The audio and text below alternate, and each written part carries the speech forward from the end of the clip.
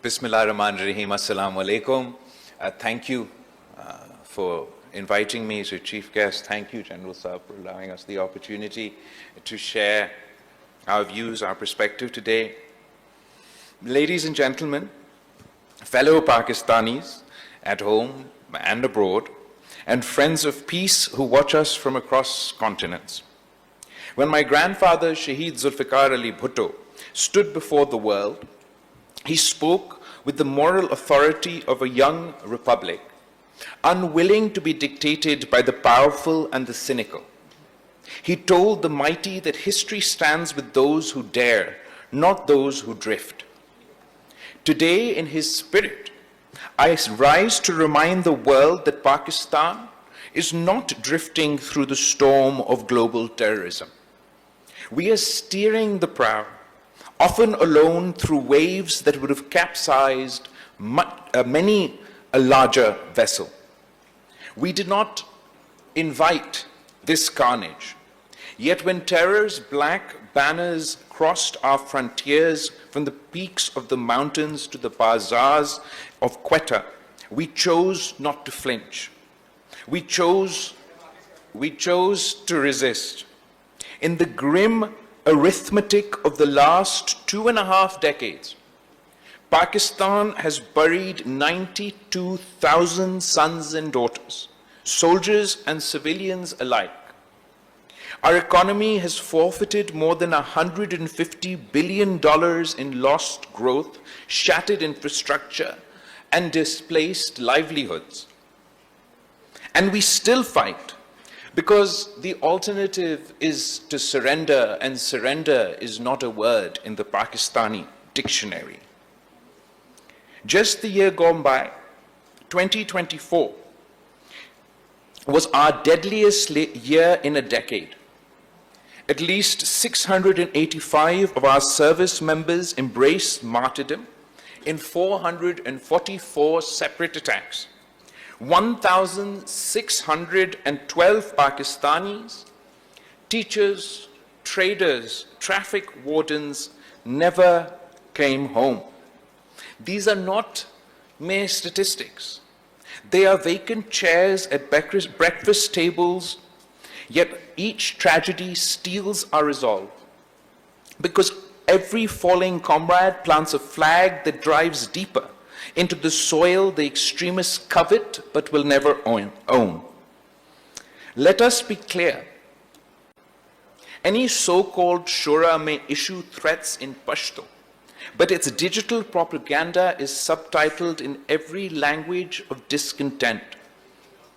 A bomb in Peshawar today draws its ideological fuse from the chat room somewhere in northern Africa. Its wiring diagram from a tutorial filmed in Damascus. Terrorism is borderless, and therefore the fight we wage is not Pakistan's private quarrel. It's a civilizational self-defense on behalf of all of humanity. When the Tehreek-e-Taliban or the Majid Brigade tweets its manifesto, the algorithm that amplifies it does not stop at the Duran line. It ricochets through Paris, Perth, and beyond. If we stand down, who will stand up? Across 2 decades, Pakistan's armed forces, backed by an iron-willed citizenry, have broken the backs of Al-Qaeda networks, dismantled so-called caliphates in the name of Daesh or anybody else, and driven the TTP from fortresses to the foxholes. Operation Zarb-e-Azb drained the northern swamp. Radd al-Fasad uprooted the sleeper cells in our cities. Today's operations in Balochistan and elsewhere sever the nexus between separatism and foreign-funded terror. These campaigns are not video-gamed stories from offshore carriers. They were boots in the dust, medics in the mud, and school teachers reopening classrooms behind the front lines. The world enjoys the light of conferences that debate violent extremism. Pakistan battles these demons daily on the front lines. Our roads scarred with IED and suicide bomber craters are the tariff we pay so the rest of humanity may commute in peace. Is it too much to ask that the visa desks respect the Pakistani passport that guards their peace? That multilateral lenders price our courage into their risk models? That media houses spell Pakistan without the lazy prefix of troubled? Respect is the minimal dividend of sacrifice. And for across the Durand line, the Taliban regime was greeted by many as an inevitable fact. They promised the neighborhood stability. They delivered instead a 40% surge in militant attacks on Pakistani soil and a sanctuary for the TTP, the BLA, the ETIM, and so much more. We say to Kabul, sovereignty confers duty. Stop the exodus of fighters, choke the traffic of arms, and honor the blood-priced Doha commitments, or be judged by the company you keep.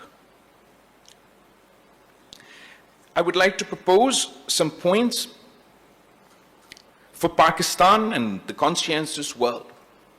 One, we need equitable burden sharing. Terrorism at CT Finance, what used to be known as the Coalition Support Fund, cannot be a tip left on the table of counterterrorism. We ask for structured investment in counterterrorism, in counter-violence extremism, in modern technology and weaponry, the hardware for our resilience. And to view development as an antidote. Every school built in Waziristan is a bullet we never have fired. Let CPAC be joined by PSPAC, a people's economic and cultural corridor that funds micro-enterprise, women's colleges, and solar grids in areas facing the brunt of this new wave of terror, from ex-Fata to the shores of Balochistan. No counterinsurgency has achieved victory without first winning hearts and minds. In the context of the fight against terrorism in Afghanistan and Pakistan, I recall when Shaheed Mohtarama Benazir Bhutto was campaigning anew to confront this menace. Well, she warned in Pakistan in her final speech that these militants want to remove Pakistan's flag from Swat, and rallied her country as the first female prime minister when many male politicians cowered or shirked from their responsibility to speak out. She rallied her country and she said she would be the one to lead. She would be the one to raise Pakistan's flag in Swat. She did so in a context. And the context was a global understanding about the next phase to combat violent extremism and terrorism within Afghanistan and Pakistan. Of course, it meant joint resolve and kinetic operations that we would ultimately begin in South Waziristan and North Waziristan, etc. But that kinetic action was to be coupled with investment in the hearts and minds of the people of Afghanistan and Pakistan. Within the context of what the shared experience of the end of the World War II and the international community's commitment then to a Marshall Plan that saved or invested in the economies of a war-torn Europe to ensure future generations would not be drawn back into the mouths of, at the time, fascism. A similar commitment was made by the international community to her, to Pakistan, to the world, that will stand shoulder to shoulder with you in this fight, but we will not cut and run. We will invest in a new Marshall Plan for Afghanistan and for Pakistan to ensure that future generations are not lost to the menace of terrorism. So, of course, we all are aware that we have not lived up to that commitment. In the current context, it still means that we should find our own opportunities. That is the context in with which President Zardari initiated the China-Pakistan Economic Corridor. It wasn't geopolitics. It was an understanding that the eastern route that was to go through Pakhtunkhwa and descend into Balochistan would drive economic development and economic activity in those areas that were the most devastated by terrorism. So whether today it is in a multilateral context or by focusing on our own economic opportunities, we need to provide our people, the people of Pakistan, with hope through economic opportunities so they're not drawn back towards this menace of terrorism. We need to focus on the digital realm, and I've advocated before for a digital Bill of Rights. We absolutely require a digital Bill of Rights for our youth, one that grants them the opportunity to flourish in the digital age, protects their digital fundamental rights, but also acts as a digital iron dome against the proliferation of extremist content online. Algorithms that detect copyright breaches in milliseconds can be trained to throttle extremist content in the same blink. Silicon Valley must police its platforms, or we must legislate teeth into their negligence. On financial support, banks that knowingly clear terror-linked remittance should face the same stigma as those that launder drug money. FATF must evolve from a punitive grey listing to proactive intelligence pooling. And finally, success cannot come with hard power alone. We must display smart power. The combination of hard and soft power shall snuff out violent extremism from its roots so that it may never re-emerge again. On the narrative front, extremism is not an illness just of the Kalashnikov. It is an illness of the textbook, the pulpit, the WhatsApp forward. We shall write a curriculum where Ibn Sina walks beside Iqbal, where the Prophet's Charter of Medina is studied as the first social contract, and where Jinnah's August 11th speech is memorized before breakfast. We shall reclaim the microphone from the priest who preaches division and hand it to the young scientist who codes solutions. For our youth, 64% or 65% of Pakistan is under the age of 30. Terror groups salivate at that statistic. I look at the same number and see a firewall. Give this generation broadband, venture capital, startup opportunities, and no recruiter in the tribal valley will match the romance of discovery we can offer. For our women, the women of Pakistan are our untapped brigade. No nation can fight half-handed while half its population is sidelined. The daughter of the Indus who pilots the F-16, the widow who runs a microloan cooperative in Swabi, the coder in Karachi who encrypts military comms, they are the insurgents against ignorance. And ignorance is terror's godfather. Some capitals wag their fingers at Pakistan and ask, is Pakistan doing enough? I respond in the idiom of Shaheed Zulfikar Ali Bhutto. We have bled enough to write the preface of peace in our own ink. We will not have that manuscript proofread by those who stayed safe behind oceans and alibis.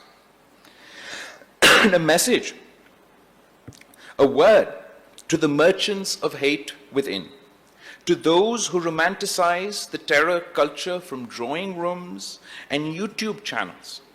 Let me be unambiguous. We will repatriate your hashtags to the courts, your bank accounts to the audit ledger, and if necessary, your fantasies to the iron bars of law. There is no constitutional right to weaponize religion.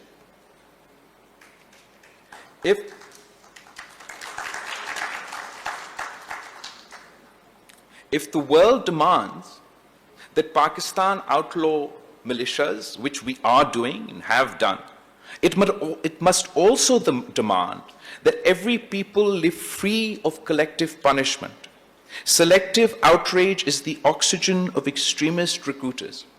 From the Kashmir Valley to the olive orchards in Palestine, the world must deliver a just peace. To India, I say, we have a shared stake in ending this cycle of fire. Since Pakistan and India last sat across the table to discuss terrorism in 2012, the world has changed, and so have we. We have fought and won the most extensive counter-terrorism campaign in modern history. South Waziristan was cleared, North Waziristan dismantled, urban sleeper cells uprooted, and new operations launched after the fall of Kabul. We transformed our financial system to meet the most rigorous global standards after our successful FATF grey list exit. Pakistan stands among the most serious counter-terrorism states, if not the most serious counter-terrorism state on earth. It is time that India recognizes this transformation, not as a concession, but as an opportunity. Terrorism is a collective menace.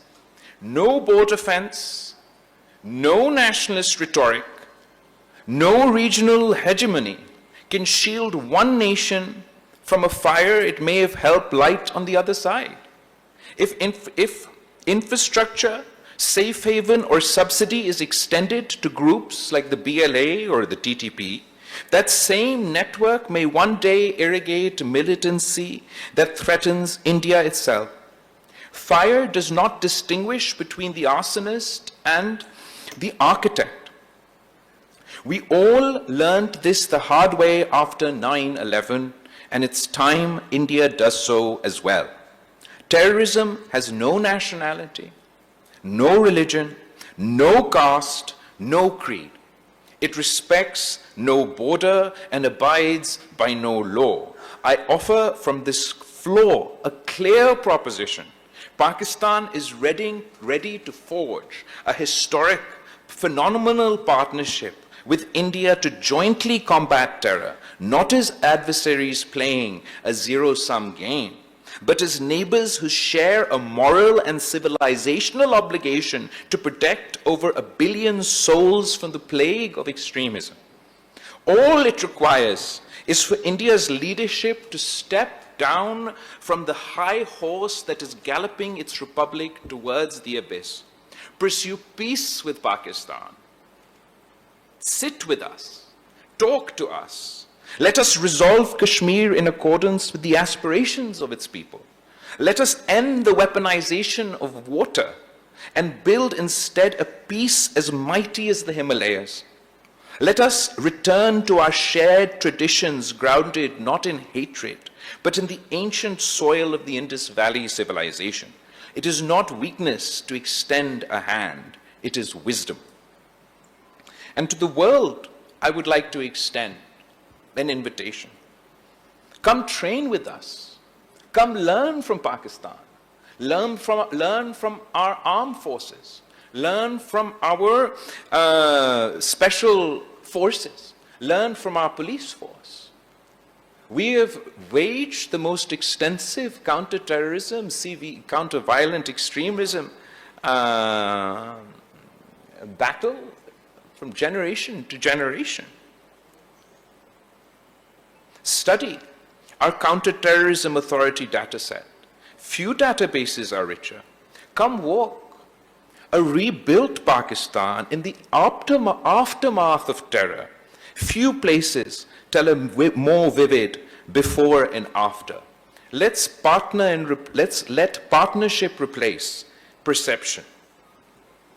I speak not just as former foreign minister or chairman of the Pakistan People's Party, but as a son of the soil who has met mothers holding photographs of children lost to blasts, as a brother of journalists who dodge bullets telling the truth, as a citizen whose generation was shaped by the sound of explosions.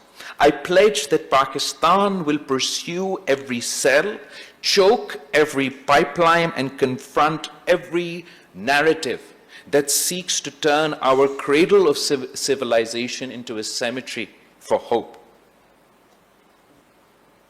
And from this house, I ask a unanimous resolve. In the words of Shaheed Mohtarma Benazir Bhutto, we have come too far, sacrificed too much to turn back now. And from our allies, I ask the courage of consistency. Stand by us when we win headlines, and stand with us when we bury our dead. And in conclusion, when my grandfather Shaheed Zulfikar Ali Bhutto thundered at the United Nations in 1965, he warned, "We will fight for 1,000 years, but we will not surrender." Today, I echo him with one revision. We will fight for as long as it takes, but we will not need 1,000 years. Because our enemy is small against the expanse of our conviction, and conviction is the oldest, strongest weapon known to humankind. Let the clerics of chaos know. The people of Pakistan have endured empire and earthquakes, partition and dictatorship, floods and pandemics. Your improvised explosives are a footnote in a story whose chapters are written in resilience. Let the merchants of fear know, each time you strike, we rebuild taller. Each time you divide, we reconcile deeper. Each time you preach death, we invest in life. And let the world know, when the dust settles of this era, the chronicles will record that Pakistan, misunderstood, maligned, yet magnificent, stood at the trench line, stared into the abyss, and by the grace of God and the grit of our people, dragged humanity back from the brink. Pakistan, Zindabad.